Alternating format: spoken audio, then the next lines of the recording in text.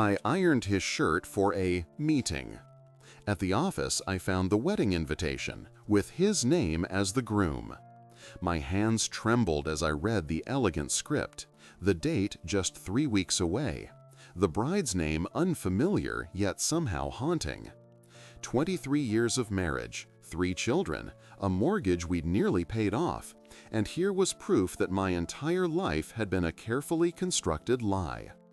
The invitation was tucked inside a file folder labeled Henderson account, but there was no Henderson account in our business records. My husband Marcus had always been meticulous about his work, never leaving papers scattered, never forgetting to file important documents. This felt intentional, like he wanted me to find it.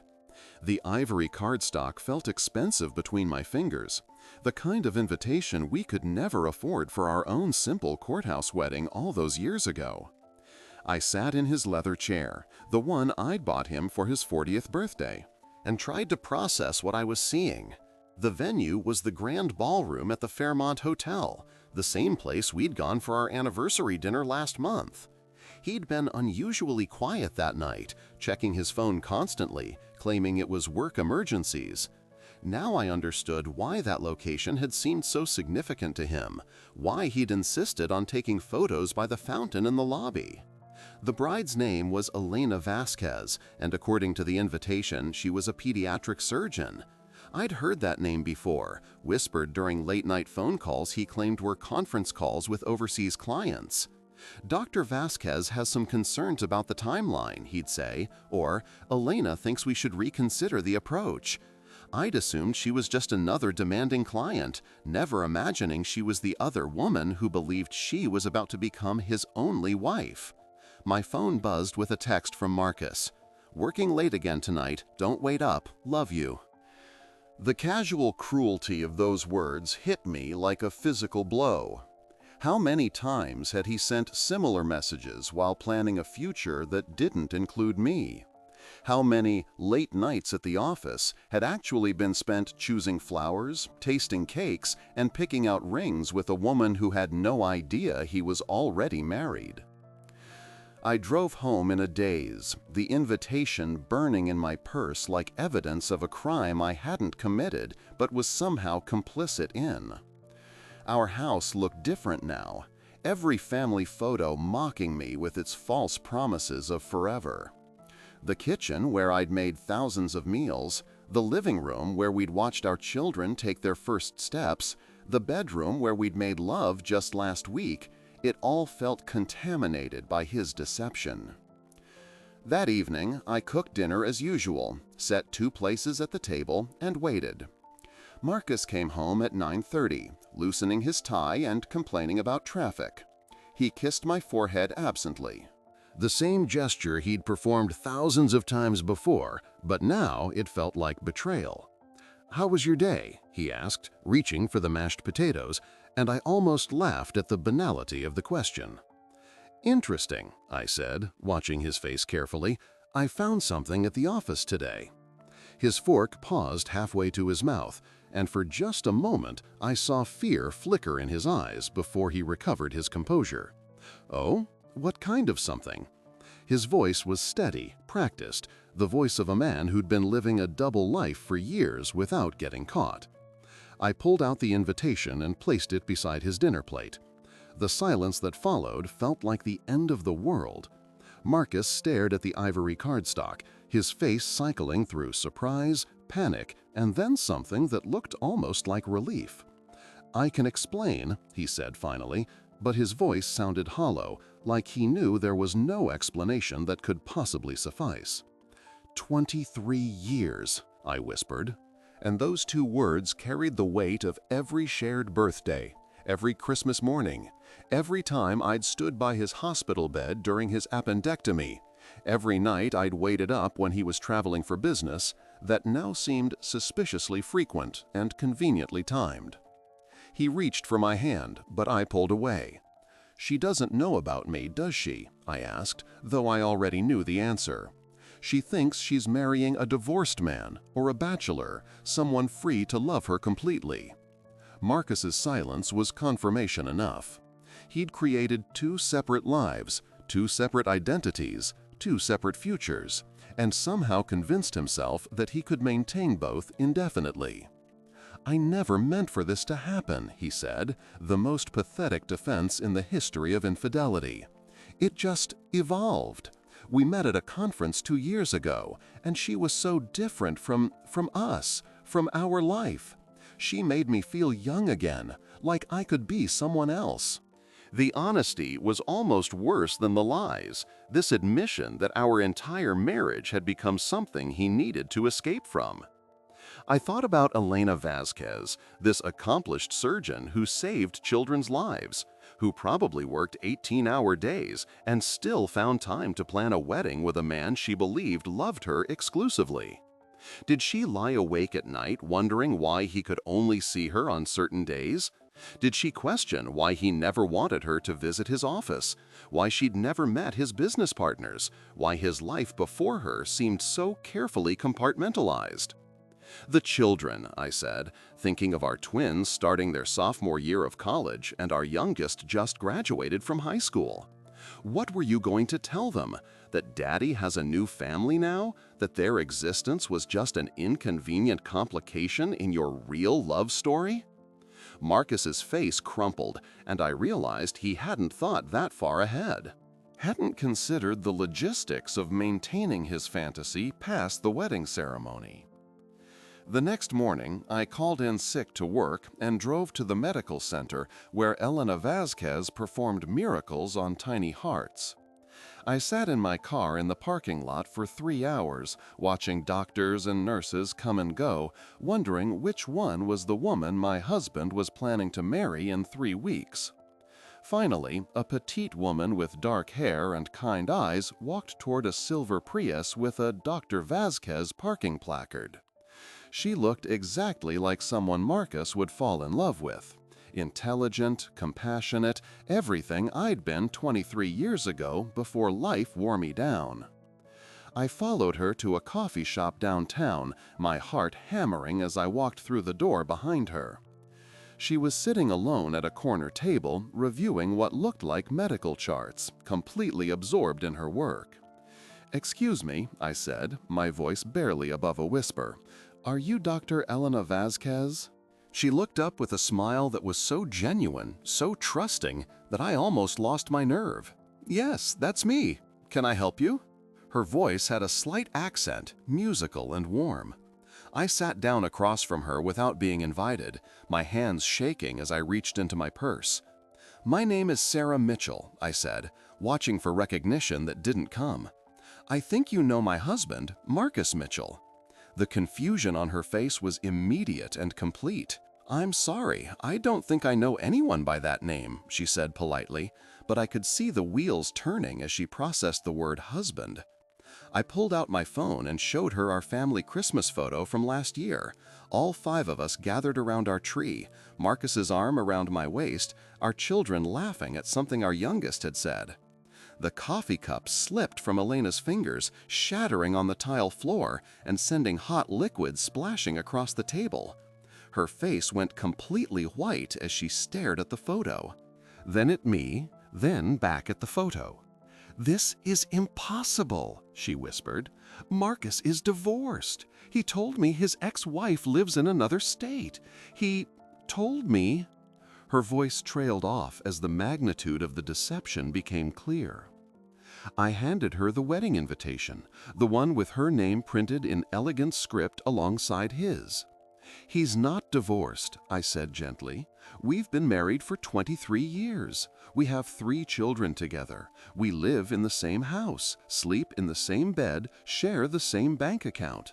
Whatever he told you about his past, it was all lies." Elena stared at the invitation like it was written in a foreign language. "We've been together for 2 years," she said, more to herself than to me. "He comes to my apartment 3 nights a week. He has his own key. We've planned our entire future together. He said he wanted to give me the wedding I deserved, something beautiful and perfect, because he'd never had that before." The cruel irony wasn't lost on me.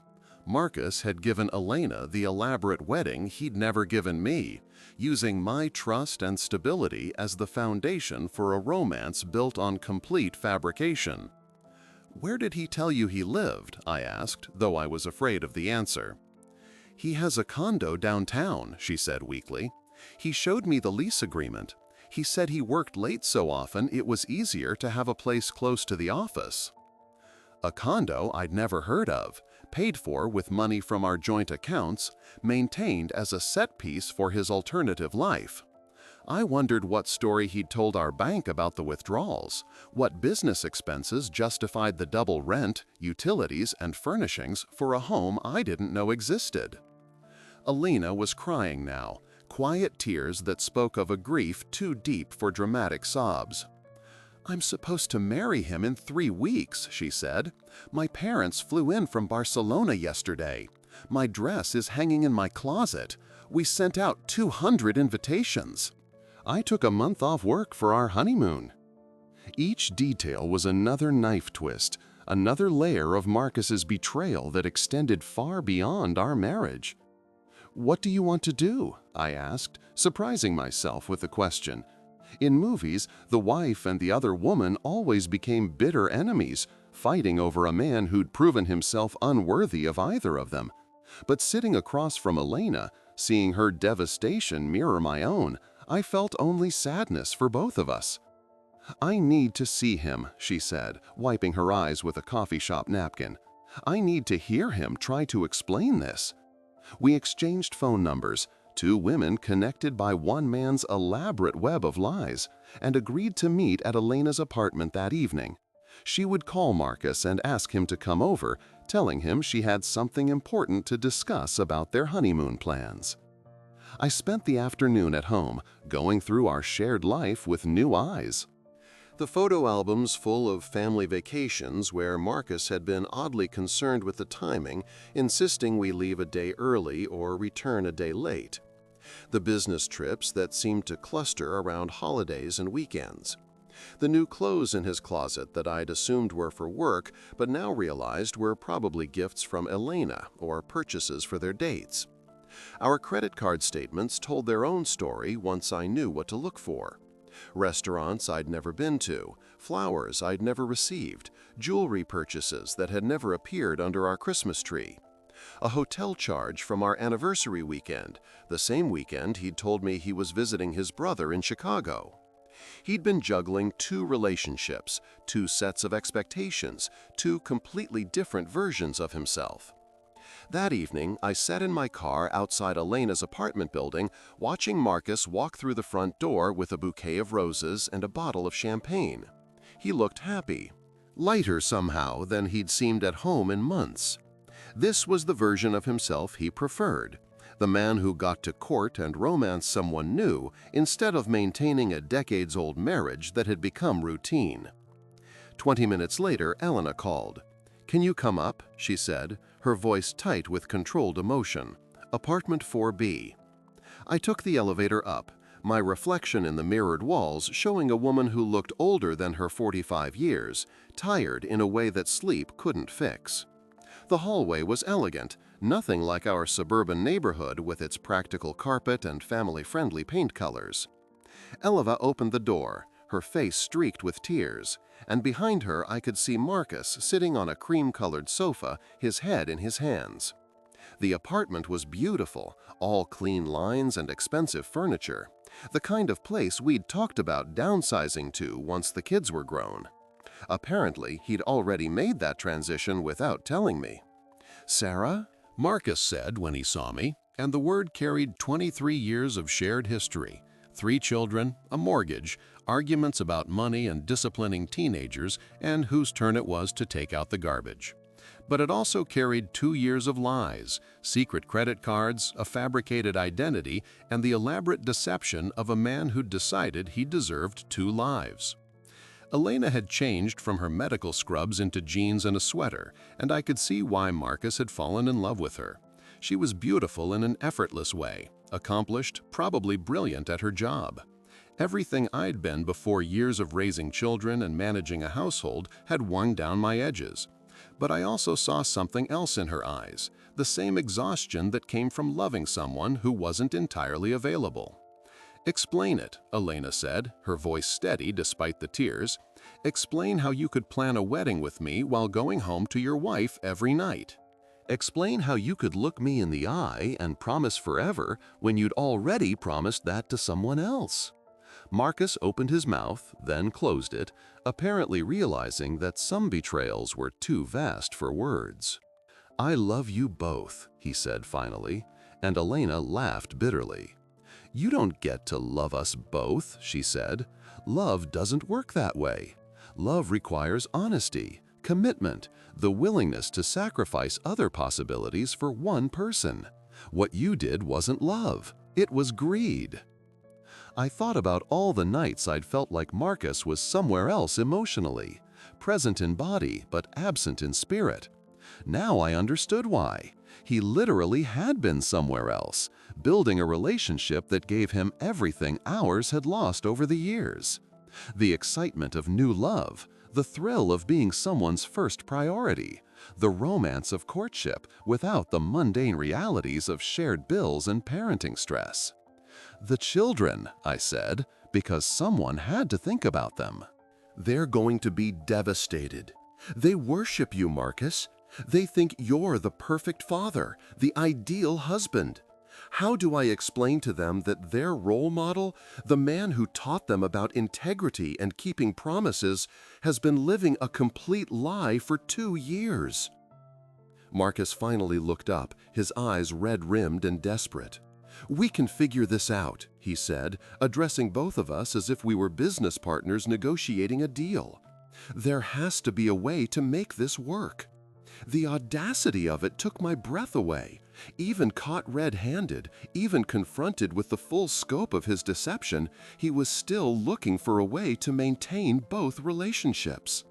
"Make what work?" Elena asked, her voice rising. "You want to keep both of us? Split your time between your wife and your fiancé? Live in 2 worlds indefinitely?" The absurdity of his suggestion hung in the air like smoke, poisoning any remaining sympathy I might have felt for his situation. I stood up, suddenly exhausted by the whole scene.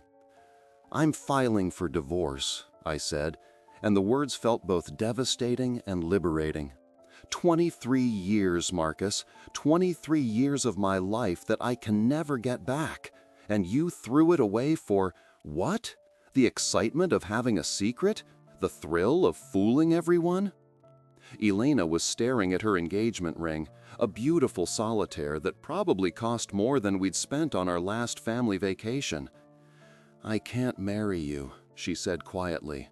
"Even if you divorce her, even if you choose me, I could never trust you again. How would I know you weren't building another secret life somewhere else? How would I know that I was enough?" Marcus looked between us, perhaps finally understanding that his elaborate fantasy was collapsing in real time. "I'd never wanted to hurt anyone," he said, which might have been the only honest thing he'd said all evening. I got caught up in feeling young again, in having someone look at me like I was special." "I looked at you like you were special for 23 years, I said, my voice breaking. "I believed in you, supported your dreams, raised your children, stood by you through your father's death and your job loss and every crisis we faced together. But apparently, that wasn't enough. Apparently, steady love isn't as exciting as stolen love." The wedding invitations would need to be retracted. Elena's parents would need to fly back to Barcelona with explanations that would never quite make sense. Our children would need to be told that their family was fracturing because their father had decided he needed 2 of everything. The practical details of disentangling a double life would take months, maybe years. Elena walked to her kitchen and returned with a manila envelope. "These are copies of everything," she said, handing it to me. "Bank statements from the account he opened in his name only, the lease for this apartment, credit card bills for purchases he made for our relationship. You'll need them for the divorce proceedings." Even in her devastation, she was thinking practically. Two professional women cleaning up the mess of one man's elaborate deception. I looked around the apartment one more time, taking in the life Marcus had built without me. Fresh flowers in crystal vases, art on the walls chosen for beauty rather than child safety, furniture that had never been subjected to crayon marks or spilled juice. It was a beautiful space, a grown-up space, everything our family home wasn't and could never be again. "I'm sorry," Elena said as I reached the door, and I knew she meant it. "I'm sorry for both of us. We deserved better than this." I nodded, unable to speak past the lump in my throat. We were both victims of the same man's selfishness. Two women who'd believed in love and commitment and the possibility of forever, only to discover that we'd been sharing a man who'd never truly belonged to either of us. Walking back to my car, I passed a young couple holding hands on the sidewalk, lost in each other and the promise of their future together. I wanted to warn them somehow, to tell them that love requires vigilance, that even 23 years of marriage wasn't enough to guarantee fidelity, that the person you trust most in the world might be the one living the biggest lie. Instead, I drove home to the house where Marcus and I had raised our children, where we'd painted walls and planted gardens and built what I thought was a solid foundation for the rest of our lives. Now it felt like a museum of my own naivety, every room holding memories of a marriage that had been slowly dying while I believed it was simply maturing. The divorce papers would be filed in the morning. Our children would need to be told before they heard it from someone else, and I would need to figure out how to rebuild a life I thought was already complete. But sitting in my driveway, looking at the house where I'd been genuinely happy for most of 2 decades, I realized that Elena had been wrong about one thing. We hadn't both deserved better than Marcus. We had deserved better than settling for someone who could compartmentalize love, who could kiss 2 women goodnight and tell them both they were his everything. The porch light was on, the same light I'd left on thousands of times when Marcus was working late or traveling for business. Now I wondered how many of those nights he'd been here, in this other life he'd created, being the man he thought he wanted to be, instead of the husband and father he'd already committed to being. The waste of it all was staggering. Not just my wasted years, but his wasted potential, Elena's wasted love, our children's wasted faith in the integrity of their family. Tomorrow would bring lawyers and difficult conversations and the practical nightmare of separating a life that had been intertwined for over 2 decades. But tonight, I sat in the dark in my car and mourned not just for my marriage, but for the man I'd thought I'd married, the one who would never have been capable of such elaborate, sustained deception. That man had probably never existed at all, and accepting that truth was perhaps the hardest part of the whole devastating revelation. I ironed his shirt for a meeting. At the office, I found the wedding invitation, with his name as the groom. The elegant cardstock trembled in my hands as I read Elena Vasquez's name beside his, their wedding date circled in gold ink just 2 weeks away.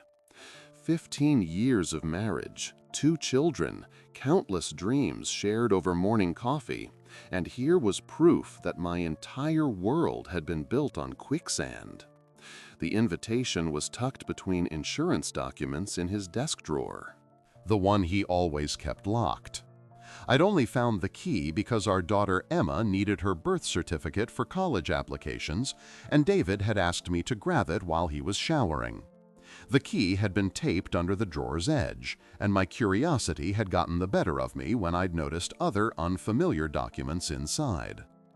My legs gave out, and I collapsed into his leather chair, the same one I'd surprised him with for his 40th birthday last year. The office felt different now, tainted by this revelation. Every family photo on his desk mocked me with their false promises. Our wedding picture, Emma's first steps, little Jake's graduation from kindergarten, all of it felt like props in a performance I hadn't known I was giving. Elena Vasquez. The name wasn't entirely unfamiliar. I'd heard him mention an Elena during phone calls, always in the context of work. "Elena thinks we should revise the proposal," he'd say. Or, "I need to discuss this with Elena before we proceed." I'd assumed she was a colleague, maybe a demanding client. Never in my wildest nightmares had I imagined she was the woman who believed she was about to become his wife. I photographed the invitation with shaking hands and carefully returned everything to its place. The house felt like a crime scene as I moved through it, every shared space now contaminated by his deception. The kitchen where we'd made countless family dinners, the living room where we'd watched movies every Friday night, the bedroom where we'd made love just 3 days ago. It all felt like an elaborate stage set for a play I'd been unknowingly performing in for years. That evening, David came home with flowers, cheap carnations from the grocery store, the kind he bought when he was feeling guilty about working late. "For my beautiful wife," he said, kissing my cheek with lips that had probably kissed another woman that very day. The casual cruelty of it made my stomach turn. "How was your day, sweetheart?" he asked, loosening his tie, and I marveled at how easily the lies rolled off his tongue. "Productive," I managed, watching his face for any sign of guilt or nervousness. There was nothing. After 15 years of deception, because surely this couldn't have started recently, he'd perfected the art of compartmentalization. "I found Emma's birth certificate," I added, testing him. His expression didn't change, didn't even flicker.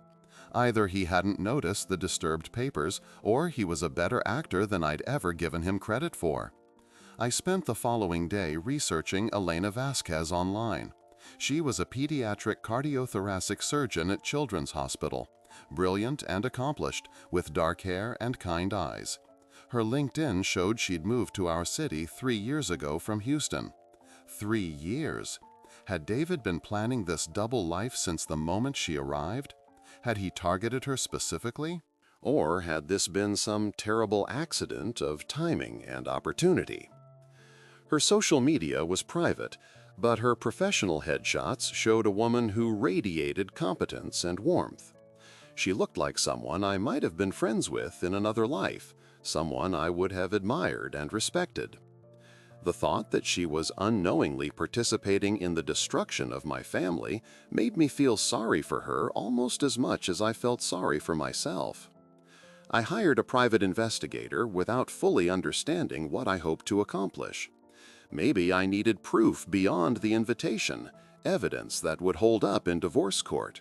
Maybe I just needed to understand the scope of David's betrayal, to know if there had been others before Elena, if this was a pattern of behavior or a singular catastrophic failure of character.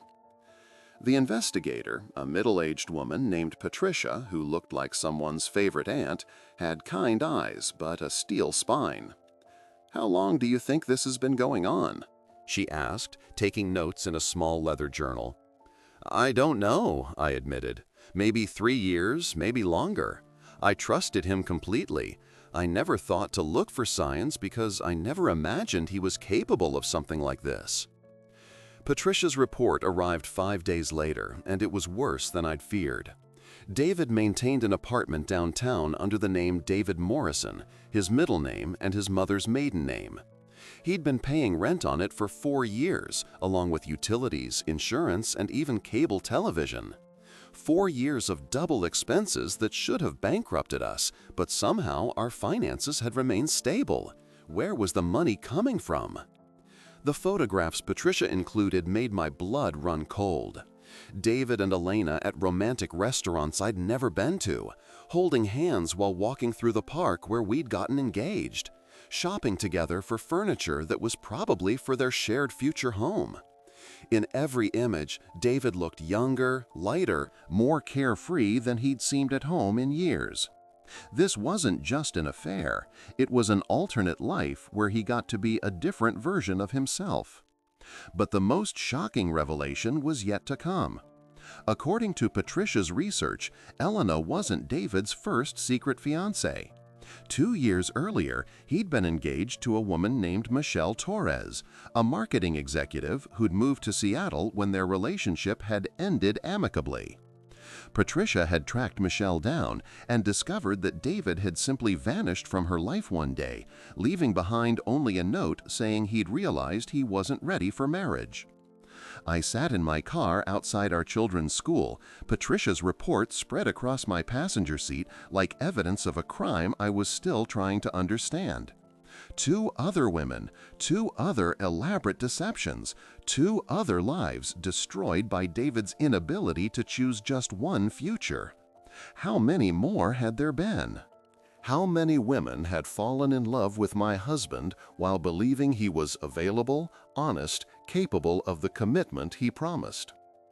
That night, I confronted David as gently as I could manage. "We need to talk," I said after the children were asleep, "about your other life." I watched his face carefully, looking for the moment when the mask slipped. It took exactly 3 seconds. His eyes widened, then narrowed, and I saw him calculating how much I knew, how much damage control would be required. "I don't know what you mean," he said, but his voice lacked conviction. I pulled out my phone and showed him one of Patricia's photographs. David and Elena kissing outside a jewelry store, his hand resting possessively on her lower back. The silence that followed felt like the end of the world. "Who is she, David?" I asked, though I already knew. "Who is Elena Vasquez, and why does she think she's marrying you in 2 weeks?"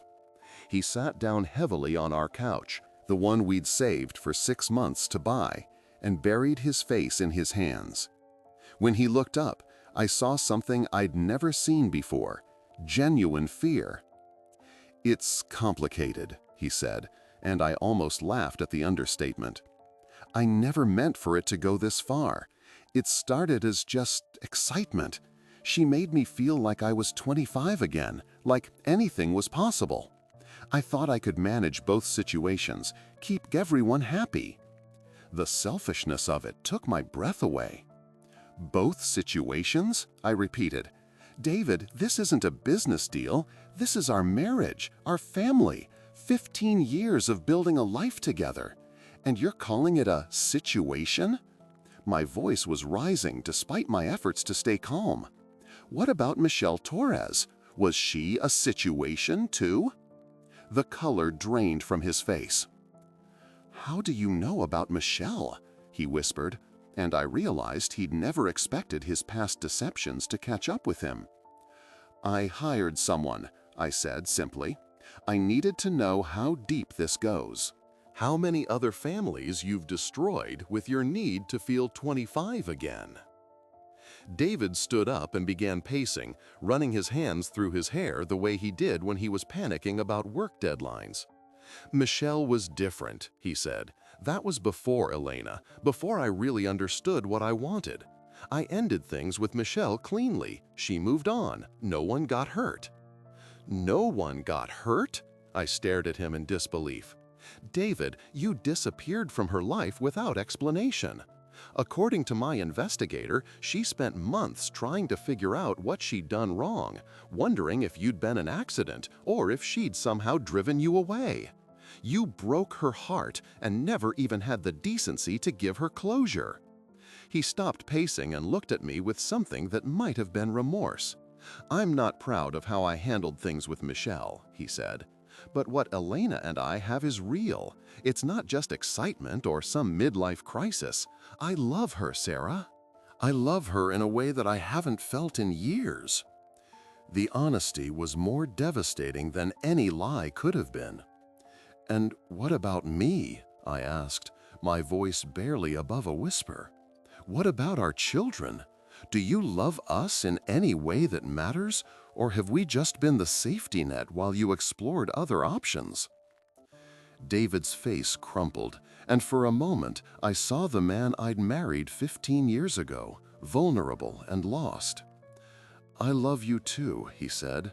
"I love our family, our life together. That's why this is so impossible. I don't want to lose either of you."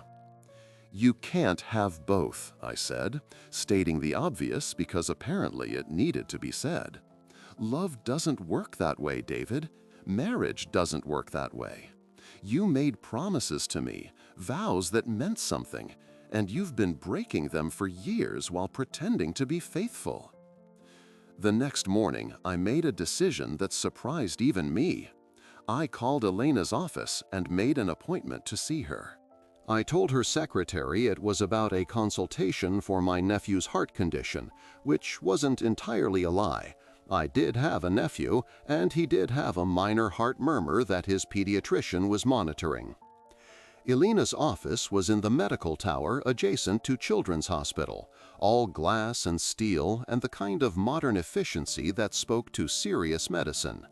The waiting room was filled with worried parents clutching folders of medical records, their faces drawn with the particular exhaustion that comes from having a critically ill child. I felt like a fraud sitting among them with my manufactured emergency and hidden agenda. When Elena called my name, I almost lost my nerve. She was smaller than she'd appeared in the photographs, more delicate, with surgeon's hands that looked too young to have saved as many lives as her credentials suggested. Her smile was genuine and warm as she ushered me into her office, offering coffee and asking about my nephew's condition with the kind of focused attention that made me understand why David had fallen in love with her. "Mrs. Patterson," she said, settling behind her desk with my fake file open in front of her, "tell me about Tommy's symptoms." I'd rehearsed this lie, created an elaborate backstory for my fictional nephew's heart condition, but sitting across from this accomplished woman who dedicated her life to healing children, I couldn't bring myself to waste her time with medical fiction. "I'm sorry," I said, closing my purse and standing up. "There is no nephew. I'm here about David Morrison." The name hung in the air between us like a live wire. Elena's professional smile faltered, replaced by confusion and then growing alarm as she processed what I'd said. "I'm sorry, I don't understand," she said carefully.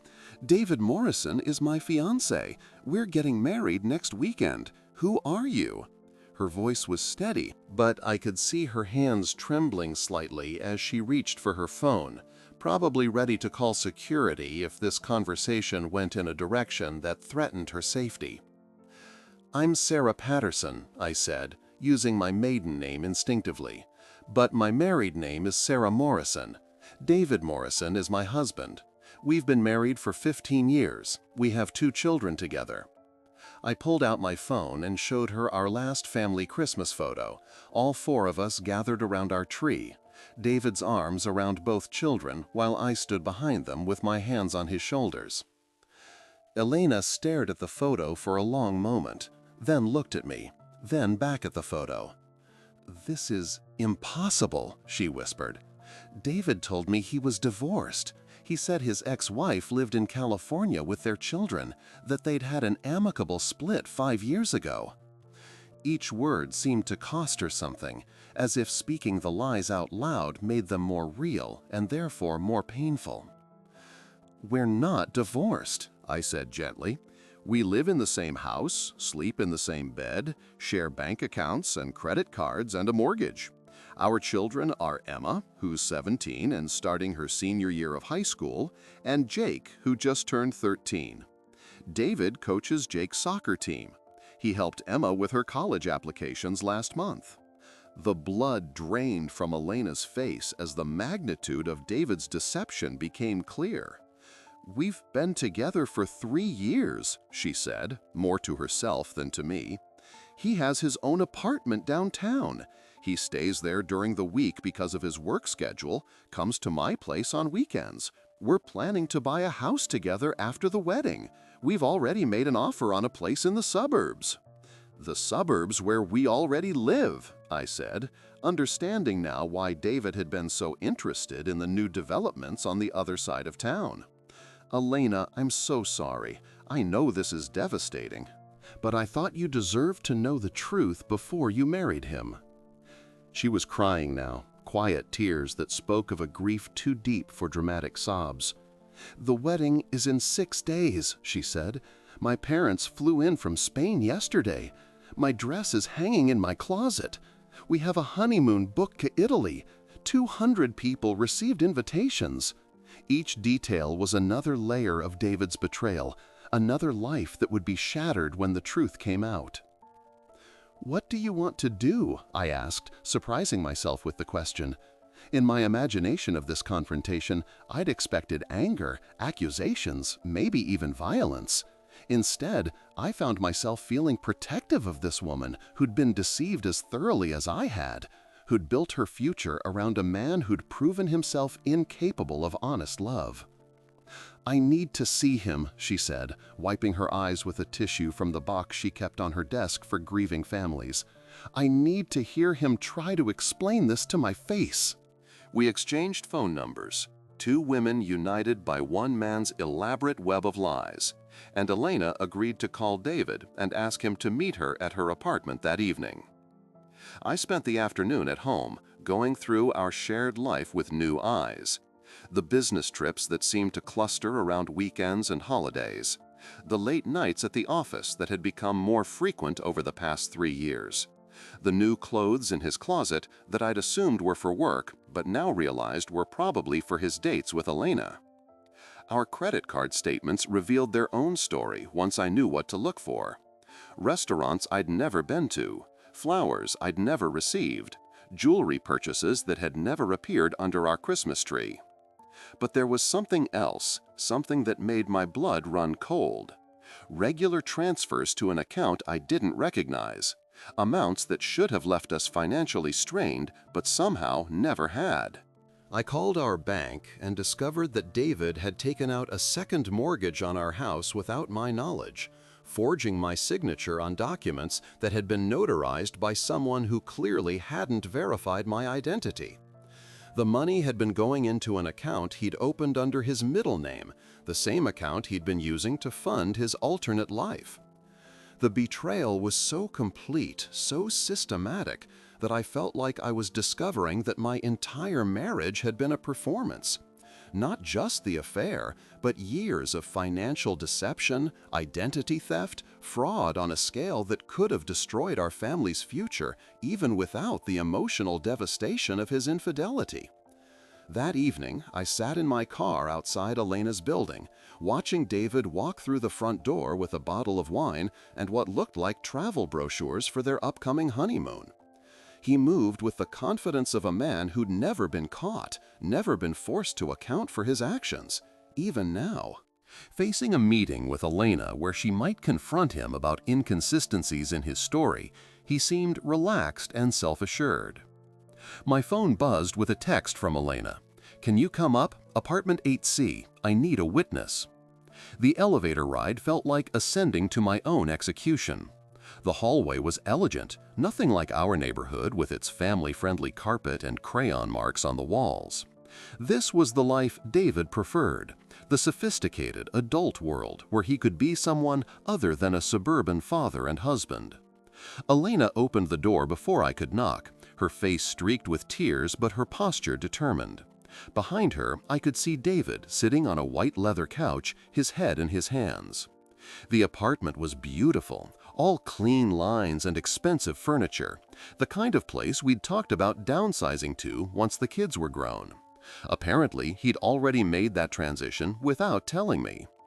"Sarah," David said when he saw me, and the word carried 15 years of shared history. 2 children, countless family dinners and bedtime stories, and quiet moments of contentment. But it also carried 3 years of systematic deception, financial fraud, and the calculated manipulation of 2 women who trusted him completely.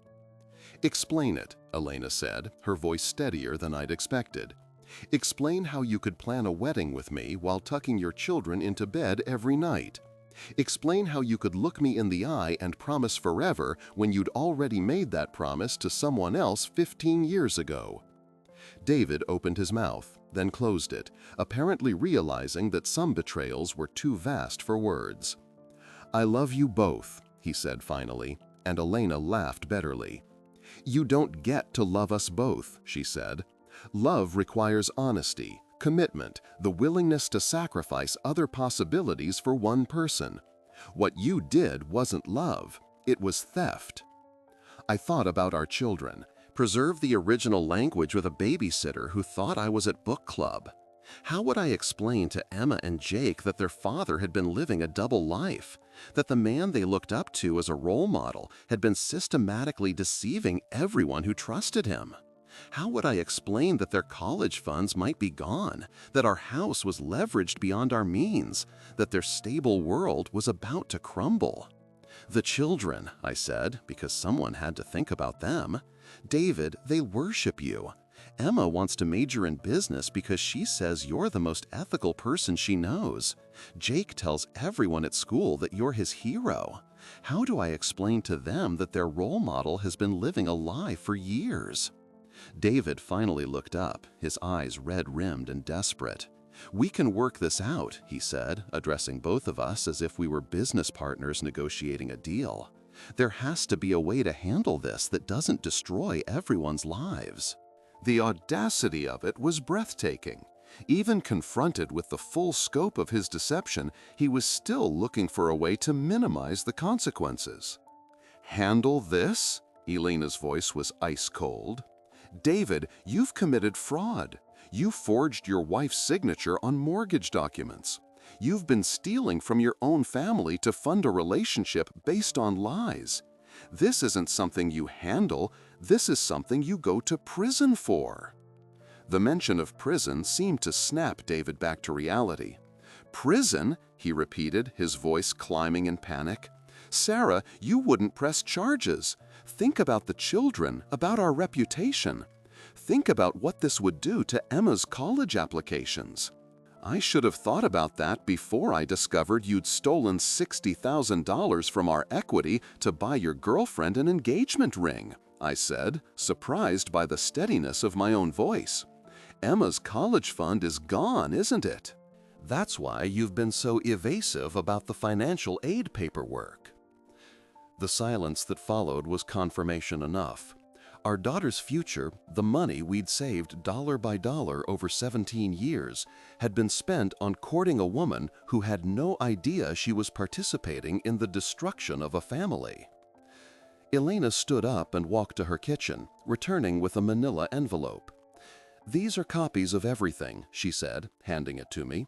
"Bank statements, receipts, emails where he talks about his divorce and his ex-wife in California. You'll need them for the criminal charges and the divorce proceedings." Even in her devastation, she was thinking clearly, helping me gather evidence against the man who'd deceived us both.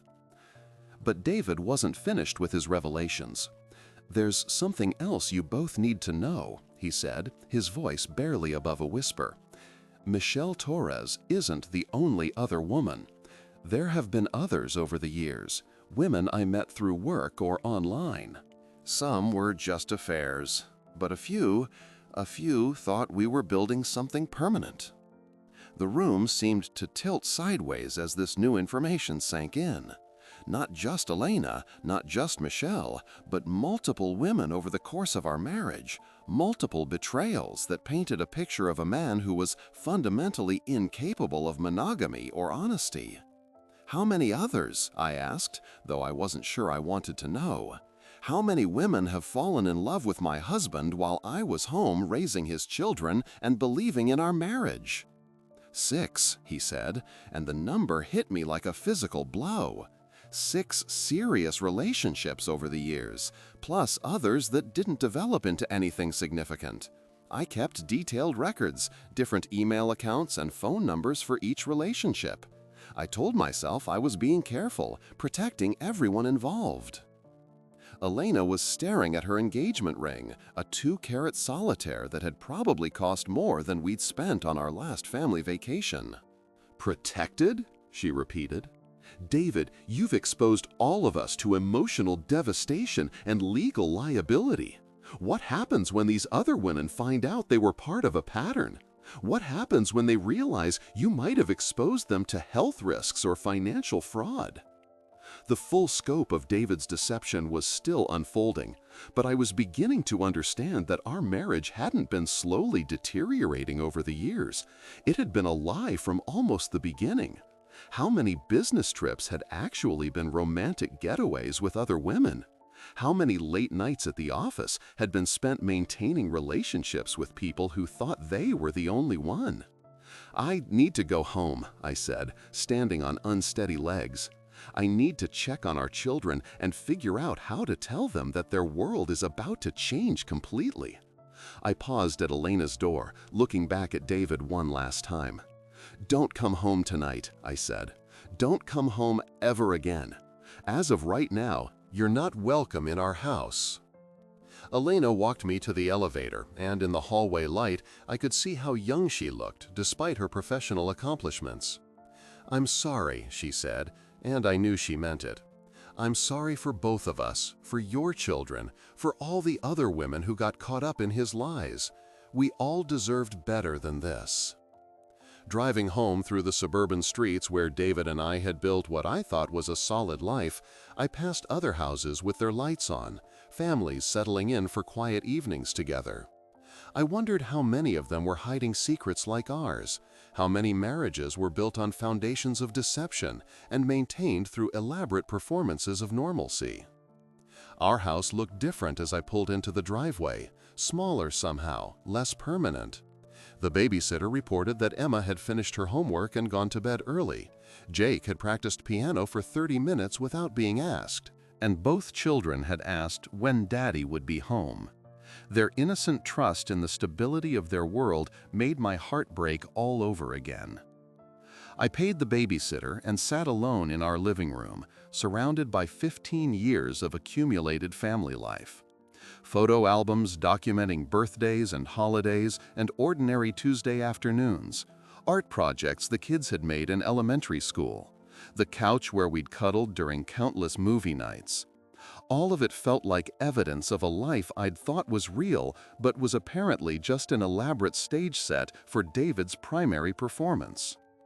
The phone rang at 11:30, and I almost didn't answer it. But the caller ID showed Elena's number, and something in my gut told me this call was important. "Sarah?" Her voice was shaky, frightened. "I think you need to know something else. After you left, I did some research on David's other relationships. I found Michelle Torres's contact information and called her." "What did she tell you?" I asked, though I was afraid of the answer. "She told me about the others," Elena said. "David's pattern goes back much further than 6 women. Michelle thinks there might be dozens over the years, maybe more. She's been keeping track since he disappeared from her life, trying to warn other women when she finds them." The room spun around me as this revelation sank in. Not just a few affairs, not just a midlife crisis that had spiraled out of control, but decades of systematic deception on a scale that suggested something fundamentally wrong with David's character or psychology. "There's more," Elena continued. "Michelle thinks David might be married to other women too, not just engaged, but actually legally married. She found records suggesting he might have multiple wives in different states, using variations of his name and false documentation." Polygamy. The word hung in my mind like a neon sign, flashing with implications I wasn't ready to process. If David had multiple legal wives, then our marriage might not even be valid. Our children might be illegitimate in the eyes of the law. Everything I thought I knew about our legal and financial situation could be completely wrong. "Michelle wants to meet with us," Elena said. "She's flying in tomorrow. She thinks if we work together, we can figure out the full scope of what David has done and make sure he can't do it to anyone else." The idea of joining forces with David's other victims felt surreal, but it also felt like the only way to get answers to questions I was still learning to ask. That night, I lay awake in the bed I'd shared with David for 15 years, staring at the ceiling and trying to process the complete collapse of everything I'd believed about my life. The man sleeping in our bed most nights for over a decade was apparently a stranger. someone capable of deceptions so elaborate and sustained that they suggested a level of planning and compartmentalization that was almost sociopathic. By morning, I'd made several decisions. I would meet with Michelle Torres and help her document David's pattern of behavior. I would press criminal charges for the fraud and identity theft. I would tell Emma and Jake the truth about their father, age-appropriately but honestly, because they deserved better than the lies that had defined their childhood. Most importantly, I would stop trying to salvage anything from my marriage to David Morrison, because that marriage had never really existed in the first place. I'd been married to a phantom, a carefully constructed persona that David had maintained just well enough to keep me from asking too many questions. The real David was someone I'd never known, someone who viewed other people as resources to be managed and manipulated rather than human beings deserving of honesty and respect. Understanding that was devastating, but it was also liberating. I couldn't save a marriage that had never been real, but I could build a new life based on truth instead of lies. The doorbell rang at exactly 9 a.m., and I opened it to find a woman about my age with tired eyes and a determined set to her jaw. "Sarah," she said, "I'm Michelle Torres. I think it's time we compared notes about David Morrison." Behind her stood Elena, still in her scrubs from what had probably been a sleepless night of emergency surgeries, carrying a laptop bag and a folder thick with documentation. We spent the morning at my kitchen table, spreading out evidence of David's deceptions like pieces of a jigsaw puzzle that painted an increasingly disturbing picture. Michelle had tracked down 7 other women over the past 2 years, all of whom had stories similar to ours. Elena had contacted 3 more through her research the night before. The pattern was always the same. David would meet accomplished, independent women, usually professionals in their 30s and 40s, and slowly build relationships based on carefully crafted lies about his past and availability. He targets women who are successful in their careers but may be struggling to find lasting relationships, Michelle explained, pointing to profiles she'd compiled on each victim. He presents himself as the perfect solution: successful, stable, ready for commitment, but available because of some tragic or amicable end to his previous relationship. The sophistication of David's operation was staggering. He maintained multiple identities, complete with credit histories and employment records. He had apartments or houses in 4 different cities, bank accounts in various names, and what appeared to be legitimate business licenses and tax filings for consulting companies that existed primarily on paper. "He's not just a cheater," Elena said, reviewing bank statements that showed the flow of money between David's various accounts. "He's running what amounts to a criminal enterprise. He's defrauding credit companies, government agencies, and tax authorities on a scale that probably qualifies as racketeering under federal law." My phone rang, interrupting our analysis, and I was surprised to see David's number on the caller ID. "Don't answer it," Michelle said immediately. "He's probably trying to gauge how much we know, or to convince you to protect him for the sake of the children." But curiosity won out, and I put the call on speaker so all 3 of us could hear what he had to say. "Sarah, sweetheart, we need to talk." David's voice filled my kitchen, and hearing him use endearments while sitting across from 2 other women he'd deceived made my skin crawl. "I know you're upset, and you have every right to be, but we can work through this. Think about Emma and Jake. Think about what's best for our family." "Our family?" I repeated, looking at Elena and Michelle. "David, which family are you referring to? The one with Elena, where you're supposed to be getting married this weekend? The one with Michelle, where you were planning to move to Seattle? Or maybe one of the other families you've been building with women whose names I don't even know?" The silence on the other end of the line stretched for so long that I thought he might have hung up. When he finally spoke, his voice was different, colder, more calculating. "You don't understand the complexity of the situation," he said. "There are legal implications you haven't considered. If you press charges, if you make this public, it's going to destroy more than just my life. "Are you threatening us?" Elena asked, leaning toward the phone, "because that's what it sounds like." "I'm stating facts," David replied. "Some of the women I've been involved with are married themselves. Some of them participated in financial arrangements that weren't entirely legal. If this becomes a criminal investigation, a lot of people are going to get hurt." The implication was clear. David had information about his victims that he could use against them if they tried to hold him accountable. Blackmail on top of everything else. I looked at Michelle and Elena, seeing my own determination reflected in their faces. "Let me state a fact for you, David," I said. "You have until 5 p.m. today to turn yourself in to the police and confess to fraud, identity theft, and bigamy. If you don't, we're going to the FBI with everything we've documented, and we're going to make sure every woman you've deceived knows exactly what kind of man you really are." I hung up without waiting for his response, and the three of us sat in my kitchen, united by our shared experience of loving a man who'd never existed. Outside, I could hear the sounds of normal suburban life: children playing, Lawnmowers running, neighbors chatting over fences. But inside my house, we were planning the downfall of someone who'd made a career out of exploiting women's capacity for love and trust. The wedding invitations would need to be retracted. Elena's parents would need explanations that would never quite make sense. And my children would need to be told that their father was a criminal. But for the first time since I'd found that wedding invitation 3 days ago, I felt like I had some measure of control over what happened next. David Morrison, or whoever he really was, had built his life on the assumption that women would protect him, that our love for him and our desire to avoid scandal would keep us silent. He'd counted on our shame, our embarrassment, our willingness to sacrifice our own well-being to preserve the illusion of normalcy. But he'd miscalculated.